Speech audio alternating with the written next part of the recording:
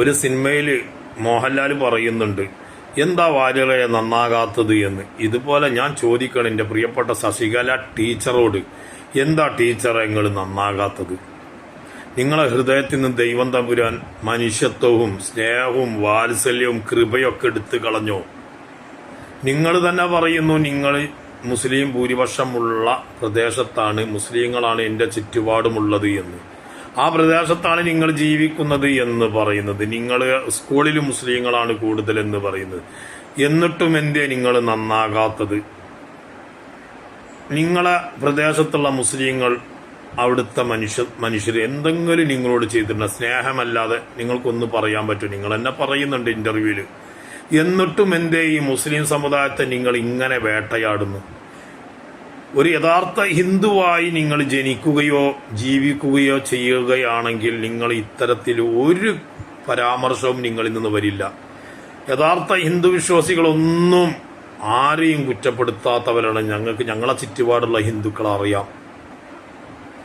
RSSന്റെയും BJPയുടെയും പാളയത്തിൽ ചെന്ന അന്ന് മുതൽ നിങ്ങളെ ഹൃദയത്തിൽ നിന്ന് ദൈവം എല്ലാം എടുത്തു കളഞ്ഞു.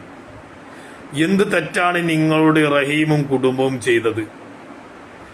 ഈ കേരളക്കരയിൽ എന്നല്ല, ഒട്ടുമിക്ക മനുഷ്യത്വം അനുഭവിക്കാത്ത എല്ലാ ജാതി മതഭേദമന്യേ എല്ലാ ആളുകളും റഹീമിന്റെ മോചനത്തിലേക്ക് മോചനദ്രവ്യം കൊടുക്കാൻ വേണ്ടിയിട്ട് തന്നാൽ കഴിയുന്നതൊക്കെ സഹായിച്ചു. ഒരു ഹിന്ദു സഹോദരി തന്റെ കെട്ടുതാലി വരെ വിറ്റു ആ റഹീമിന്റെ മോചനത്തിൽ ദ്രവ്യത്തിലേക്ക് ആ കമ്മിറ്റിക്ക് ഏൽപ്പിച്ചു. റഹീം കൊലയാളിയാണ്, ഒരു ഭിന്നശേഷിയുള്ള ആളെ കൊന്നു എന്നൊക്കെ പറഞ്ഞിട്ട് നിങ്ങൾ ഇത്രത്തോളം വിഷം ചീറ്റുന്ന വിശകല ടീച്ചറെ ഒന്ന് ഓർക്കുക. UPയിലാണ് ഈ കാണുന്ന ബലാത്സംഗം ചെയ്ത് കൊന്ന ആ ഒരു നിങ്ങളെ പുത്രന് പൂമാലട്ട് സ്വീകരിച്ച് ആനയിക്കുന്നത്. അതുപോലെ തന്നെ UPയിലും മറ്റ് സ്റ്റേറ്റിലൊക്കെ ഒരുപാട് പശുക്കടത്തിന്റെ പേരിൽ ഒരുപാട് മനുഷ്യരെ, ദളിതരെയും മുസ്ലിങ്ങളെയും കൊന്നൊടുക്കിയപ്പോഴൊന്നും ശശികല ടീച്ചർ നിങ്ങളെ നാവ് പൊന്തിയില്ല. മുസ്ലിങ്ങൾ എന്തു ചെയ്താലും അവരെ വേട്ടയാടല, അവരെ ദ്രോഹിക്കലാണ് നിങ്ങളെ. വല്ലാത്തൊരു ജാതിയാണ് നിങ്ങൾ ഇട്ട. നിങ്ങൾ എന്ത് ഇങ്ങനായി? നിങ്ങളെ മാതാപിതാക്കൾ എന്ത് തെറ്റാ നിങ്ങളോട് ചെയ്തത്? ഒരു അറിവില്ല.